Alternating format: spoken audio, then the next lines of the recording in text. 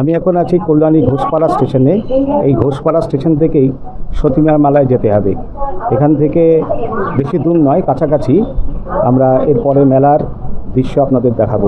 সম্প্রদায়ের একজন নেতৃত্ব ছিলেন, মানে আউলচাঁদ ঠাকুরের পরেই। এখানে জাতিগত নির্বিশেষে, এখানে কোনো জাতি বলে কোনো ইয়ে নেই, সবাই সমান, সত্য ধর্ম এখানে। এখানে জাতিভেদ প্রথা মানা হয় না, বৈষ্ণব ধর্ম অবলম্বন করা হয়। এখন আমি আছি কল্যাণী ঘোষপাড়া স্টেশনে। শিয়ালদা থেকে যারা ট্রেন ধরবেন তারা রেল লাইনে যে কোনো গাড়ি ধরে কল্যাণী ঘোষপাড়া স্টেশনে এসে নামবেন। যারা শিয়ালদার দিক থেকে আসবেন বা কৃষ্ণনগর রানাঘাটের দিক থেকে আসবেন তারা মেল লাইনে ট্রেন ধরে কল্যাণী স্টেশনে এসে নামবেন। কল্যাণী থেকে বাস বা অটো করে এখানে আসতে পারেন। এছাড়া টোটো তো এখন সর্বোচ্চই। টোটো রিজার্ভ করে বা শেয়ারে এই মেলায় আসতে পারেন। সবচেয়ে ভালো অপশন হলো কল্যাণীর সীমান্ত লোকালে এসে ঘোষপাড়া স্টেশনে নামবেন। মেন কল্যাণী স্টেশন থেকে মাত্র দুটো স্টেশন, কল্যাণী শিল্পাঞ্চল, তারপরে ঘোষপাড়া স্টেশন। এখান থেকে প্রায় 1 কিলোমিটার মতো মেলার দূরত্ব। হেঁটেও যেতে পারেন বা টোটোতেও যেতে পারেন। এই কল্যাণী ঘোষপাড়া স্টেশনে একটা পুলিশ সহায়তা কেন্দ্র খোলা হয়েছে, কিন্তু কাউকেই দেখা গেল না। নদিয়ার কল্যাণীর ঘোষপাড়ায় বিখ্যাত সতীমায়ের মন্দির। সতীমা বৈষ্ণবদের কর্তাভাজা সম্প্রদায়ের মাধবী দেবী বলে পরিচিত। দোল পূর্ণিমার দিন মায়ের পুজোকে কেন্দ্র করে সকাল থেকেই মন্দির প্রাঙ্গণে ভক্তদের ভিড় হয়ে থাকে। প্রচলিত বিশ্বাস অনুযায়ী পুকুরে স্নান করে ডালিম গাছে ঢিল বাঁধলে মনস্কামনা পূর্ণ হয়। একসময় প্রায় 600 বিঘা জমিতে সতীমায়ের মেলা বসত। বর্তমানে 30 একর এলাকায় মেলা বসে। মেলা পরিচালনা করে কল্যাণী পুরসভা। আমি আর গৌতম দা এখন এসছি নদিয়ার কল্যাণী ঘোষপাড়ার সতীমার মেলাতে। এই আপনারা দেখছেন সতীমার মেলা, আমরা ঘুরে দেখছি। এখানে পুজোর ডালা বিক্রি হচ্ছে। দিদি, ডালাগুলোর দাম কীরকম? আচ্ছা আচ্ছা আচ্ছা, যে যেমন পুজো দেবে সেই রকম। আচ্ছা, কল্যাণী নদিয়ার সতীমার মেলায় আমরা চলে এসেছি। এই হচ্ছে সেই ডালিম গাছ, যে ডালিম গাছে ইট বেঁধে, এখন ইটের পরিবর্তে এখানে ছোট ছোট ঘোড়া বিক্রি হচ্ছে। এখানে একটা পুকুর আছে, সেই পুকুরে ডুব দিয়ে এই ডালিম গাছে ঘোড়া বাঁধলে মনস্কামনা পূর্ণ হয়।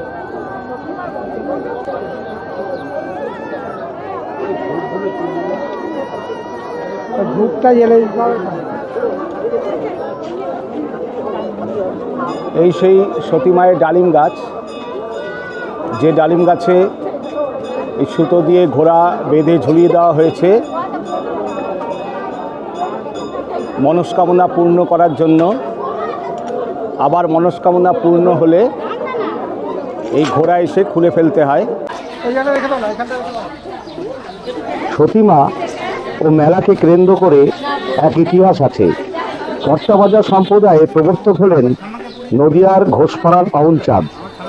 ভক্তরা তাকে জোড়াচাঁদ নামে ডাকতেন, এমনকি শ্রী চৈতন্যের অবতার হিসেবে মানতেন।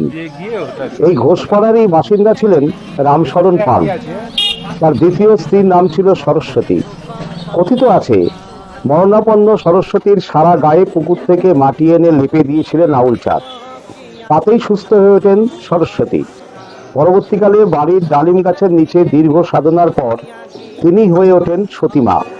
আউলচাঁদের পর সতীমা হয়ে ওঠেন কর্তাভাজা সম্প্রদায়ের প্রধান। কথিত আছে তিনি যে ডালিম গাছের নিচে বসে সাধনা করেছিলেন, সেই ডালিম গাছে ঢিল বাঁধলেই ভক্তদের ইচ্ছে পূরণ হয়। ঘোষপাড়ায় তার নামাঙ্কিত মন্দির চত্বর এবং সমাধি ক্ষেত্রে ভক্তরা গিয়ে পুজো দেন।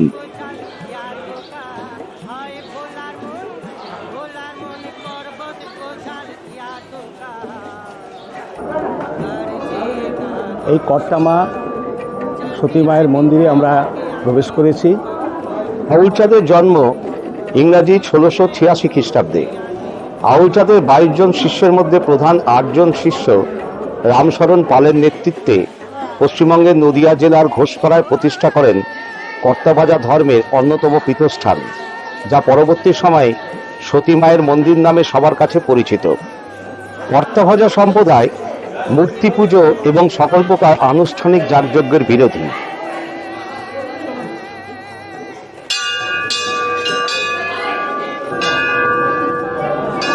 এই হচ্ছে সতী মায়ের বিছানা, এই ঘরটায় উনি থাকতেন।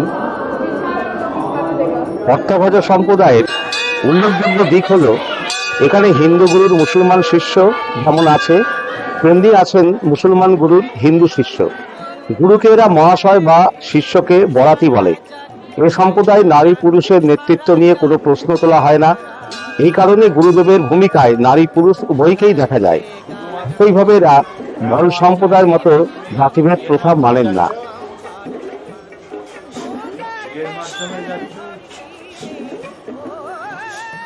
একটু কথা বলবো যে আপনার তো কল্যাণী পৌরসভা থেকে এই ক্যাম্পটা করা হয়েছে, এবং এই মেলার পুরোপুরি পরিচালনার দায়িত্ব হচ্ছে কল্যাণী পুরসভাই নিয়েছে এখন, এবং তাদের মাধ্যমে এই মেলাটা পুরো পরিকল্পিতভাবেই আপনার পরিচালনা করা হয়। তো এবারে কেমন ভিড় হয়েছে আপনাদের, কীরকম মানে মেলার পরিস্থিতি কীরকম মনে হয়েছে? ভালোই ভিড় হয়েছে, যেরকম প্রতি বছর হয় প্রতি বছরের ন্যায় এবছরও তার কোনো ইয়ে নেই, ব্যতিক্রম নেই, ভালোই ভিড় হয়েছে। ভালোই তো আমরা দেখছি লোকজন। আজকে রবিবার ভিড় হবে, আজকে রোববার ছুটির দিন আছে, আজকে ভিড় হবে। আজকে রবিবার, আজকে সব যেটা প্রতি বছর হয়ে আসছে লোকাল পার্টি তৃতীয় দিনে একটা ইট ভাটার যত কর্মী রয়েছে, শ্রমিক রয়েছে, এরা সবাই আসে। তো সেরকমভাবে এই বছর আজকে তাদের আসার ব্যাপার আছে, তারা আসবে। লোকাল লোক আছে, দূর দূরান্ত থেকে লোক আসবে। আজকে আমরা আশা করছি আজকে অন্যান্য দিনের তুলনায় আজকে ভিড়টা একটু বেশি হবে। আর এখানে কল্যাণী থানাও আপনাদের সাথে পুরোপুরি সহযোগিতা করছে দেখলাম, এবং বিভিন্ন জায়গাতেই এখানে পুলিশ রয়েছে, এবং এখানে কোনো আজে বাজে কোনো ঘটনা সেরকম অনবরত কোনো ঘটনা ঘটেনি। সেরকম কোনো আচ্ছা, বেশ পিসফুলি মেলা চলছে। পিসফুলি মেলা চলছে। কল্যাণী থানার সহযোগিতায় কল্যাণী মিউনিসিপ্যালিটি ভালোভাবে সুষ্ঠুভাবে মেলাটা আপাতত চলছে। এখনো কোনো রকম কোনো অসুবিধে, কোনো জায়গায় কোনো গণ্ডগোল সৃষ্টি হয়। এটা কতদিন অবধি চলবে? আর এটা আগামী রবিবার অবধি চলবে। আচ্ছা, ঠিক আছে, অনেক অনেক ধন্যবাদ। ঠিক আছে। কল্যাণী পুরসভার একজন প্রতিনিধির সাথে কথা বললাম, যারা এই মেলার মূল দায়িত্বে রয়েছেন। কল্যাণী পুরসভার কাছে আমার অনুরোধ, যদি আমি ভুল না করে থাকি, ভুল করলে অবশ্যই মার্জনা করে নেবেন। বিষয়টা হচ্ছে এই মেলায় প্রচুর অস্থায়ী দোকান রয়েছে, যেগুলো সবই পলিথিন, প্লাস্টিক, কাপড় ও চট দিয়ে তৈরি। এত বড় ঐতিহ্যবাহী মেলা, যেখানে হাজার হাজার জনসমাগম ঘটে, সেখানে যে কোনো মুহূর্তে দুর্ঘটনা ঘটতেই পারে। এই হচ্ছে সতীমার মেলার লালন মঞ্চ, কল্যাণী পৌরসভা দ্বারা নির্মিত। এখানেই বাউলদের বিভিন্ন রকমের গান পরিবেশন করা হয়। যাক, যে কথা বলছিলাম, যে মেলাতে ফায়ার ব্রিগেডের একটা সেন্টার হওয়া উচিত ছিল বলে আমার মনে হয়েছে। দ্বিতীয়ত, এই ঐতিহ্যবাহী ও ঐতিহাসিক মেলায় প্রতিদিন হাজার হাজার মানুষ আসছেন। ভিড়ের চাপে যে কেউ অসুস্থ তো হতেই পারে, বা ইনজুরির ঘটনাও ঘটতে পারে। সেই জন্য এখানে ট্রেন মেডিকেল টিম দিয়ে মেডিকেল ক্যাম্প করা উচিত ছিল বলে আমার মনে হয়েছে।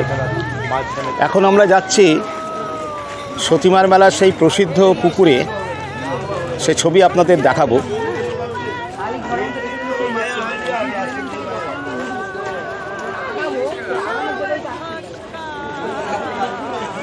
এখানে মেলাতে প্রচুর দোকান বসেছে, দেখতে পাচ্ছেন।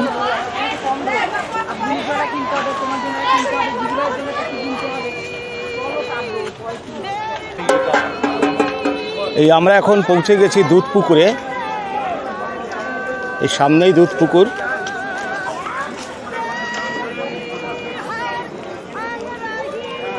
এখানে স্নান করে সতীবার মেলায় ডালিম গাছে ঘোড়া বাঁধলে মানুষের মনস্কামনা পূর্ণ হয়, এরকমটাই বলা হয়।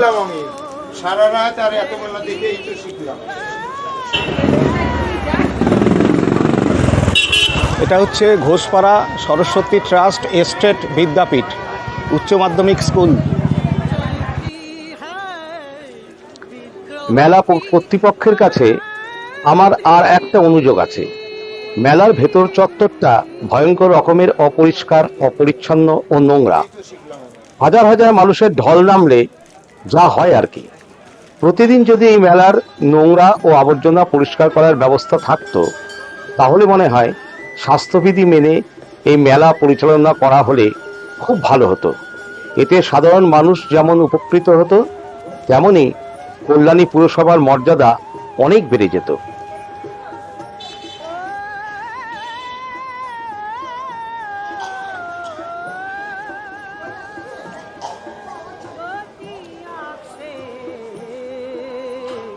প্রতি বছর দোল পূর্ণিমাতে এই মেলা শুরু হয় এবং প্রায় 15 দিন ধরে এই মেলা চলে।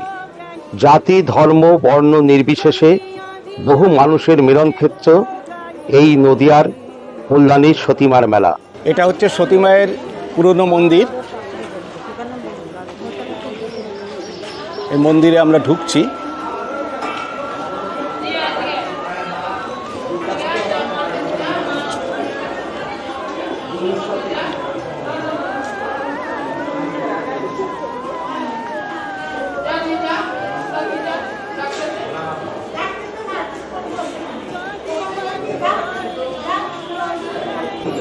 ভাই বিঘ্ন নিয়ে দোল করেছিলেন রাধা রমণী 300 বছর কাকা ঠাকুরটা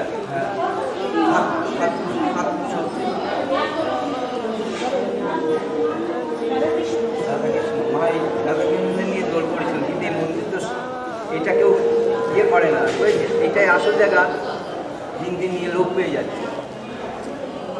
বলছি আপনি তো এখানকার পূজারী। হ্যাঁ, আমি হচ্ছি সতীমার বাপের বাড়ি পুরোপুরি, মানে একদম। আচ্ছা আচ্ছা, সতীমা মানে ওই দেবী সরস্বতী দেবী। সরস্বতী দেবী, সরস্বতী দেবী ওই রামশরণ পালের দ্বিতীয় স্ত্রী। দ্বিতীয় স্ত্রী সতীমার ইয়ের নাম ছিল, আগের নাম ছিল সরস্বতী দেবী। উনি এখানে সিদ্ধিলাভ করার পর সতীমা রূপে পরিচিত হয়। এবং ওনার বংশধরদের পুরোহিত আমরা। আচ্ছা। চাকদা গোবিন্দপুর হচ্ছে ওনার বাপের বাড়ি। আচ্ছা, চাকদা গোবিন্দপুর। চাকদা গোবিন্দপুর ওখানে লেখাও আছে। আর ওনার হচ্ছে শ্বশুর বাড়ি হচ্ছে যে পাশের গ্রাম জগদীশপুর গ্রাম। ওনার স্বামীর নাম ছিল রামশরণ পাল। হ্যাঁ, উনি তো কর্তাভজা সম্প্রদায়ের একজন নেতৃত্ব ছিলেন, মানে আউলচাঁদ ঠাকুরের পরেই। এখানে জাতিগত নির্বিশেষে, এখানে কোনো জাতি বলে কোনো ইয়ে নেই, সবাই সমান, সত্য ধর্ম এখানে। এখানে জাতিভেদ প্রথা মানা হয় না, বৈষ্ণব ধর্ম অবলম্বন করা হয়। আর আপনার হিন্দুদের মুসলমান শিষ্য আছে, আবার মুসলমানদের হিন্দু শিষ্য আছে, সব পুরো জাতি ধর্ম নির্বিশেষে এই মেলাটা হয়। এই মেলায় এই দোলের দিন উৎসবটা বেশি হয়। আমরা চাঁচড়ের দিন আসি। আচ্ছা, চাঁচড়ের দিন বিগ্রহ এখানে নিয়ে আসা হয়, চাঁচড় করা হয়, দোল করা হয়, মালসা ভোগ হয়। আজকে হচ্ছে নগর ভ্রমণ হবে। এরপর আমরা এই বিগ্রহ নিয়ে গোবিন্দপুর সতীমার যে বাপের বাড়ি, ওইখানে আমরা পুরোহিত, তো ওইখানে আমাদের বাড়িতে বিগ্রহ নিত্য সেবা হয়। আচ্ছা। এবং এই সতীমায়ের 2 ছেলে, বাঁকাচাঁদ আর দুলাল চাঁদ। আমরা বংশা পরাক্রমে এখানে আসছি, 8 পুরুষ প্রায় হতে চলবে। আচ্ছা। এবং এই ডালিম গাছটাই কত বছরকার কেউ বলতে পারে না, মানে শতাব্দী প্রাচীন, 100 বছরের উপরে এই ডালিম গাছটা। সতীমা এই ডালিম গাছের নিচেই তপস্যা করেছিলেন, সিদ্ধিলাভ করেছিলেন। হ্যাঁ, সিদ্ধিলাভ এবং করেছিলেন। বলেছিলেন যে এখানে যে যা করবে, মানত করবে, তার পূর্ণ হবে। এবং এখানকার মেনু হচ্ছে ঘোড়া। ডালিম গাছে যার জন্য ঘোড়া বাঁধে, মা সকলকেই দেখে। যদি এক মনে এক ধ্যানে যদি করে, মা তাকে নিশ্চয়ই দেখবে। যার জন্য এই 5-7 দিন খুব জোর মেলা হয়। মেলাতে বহু যাত্রী আসে। আগে এই আখড়া ছিল, বহু আখড়া ছিল। এখনকার বর্তমান যে অবস্থা, এই মেলাটা ঐতিহ্যময় মেলা, এই মেলা নষ্ট হয়ে যাচ্ছে। কারণ এই যে ব্যারিকেড করেছে, আগেই যাত্রীরা আসতো, লক্ষ লক্ষ লোকের সমাগম, এই ভেতরে ঢুকতো, চারিদিক দিয়ে বেরোতো, আবার বাড়ি চলে যেত। কিন্তু এই ব্যারিকেড করে এখন খুবই অসুবিধা হয়েছে। যাত্রীরা ধরেন হিমসাগর কাছ থেকে সেই ডালা মাথায় দিয়ে, এই ডালা এই রেলিংয়ের ভেতর দিয়ে আস্তে আস্তে খুব কষ্ট করে। কিন্তু এই জন্যে যাত্রী অনেক কম হয়ে গেছে, এখন আর মানুষ আসতে চায় না, কারণ প্রচণ্ড কষ্ট হয়। এবং এখানে বহু জায়গা আখড়া হতো, সেসব হ্যাঁ, বাউলদের আখড়া হতো, আমিও রাত কাটিয়ে গেছি এখানে। আখড়া হতে, এবং এখানে রান্না বান্না করে। এখানে নিয়ম হচ্ছে ওই 4 দিন থাকা, 3 দিন 3 রাত্রি থাকতেই হয়, 4 দিনের দিন বাড়ি যায়। কিন্তু বর্তমান যে অবস্থা, এখানে রান্না করার জায়গা নেই, যা এবং বসবাস করার খুব জায়গা, আখড়া সব নষ্ট হয়ে গেছে, জায়গা সব দখল করে নিয়েছে, যার জন্যে সব পুজো দিয়ে ওই পরের দিনও চলে যায়, আবার দিনের দিনও এখান থেকে বাড়ি চলে যায়। আচ্ছা, ঠাকুরমশাই আপনার নামটা কি? আমার নাম গণেশ চক্রবর্তী। গণেশ চক্রবর্তী, অনেক অনেক ধন্যবাদ আপনাকে।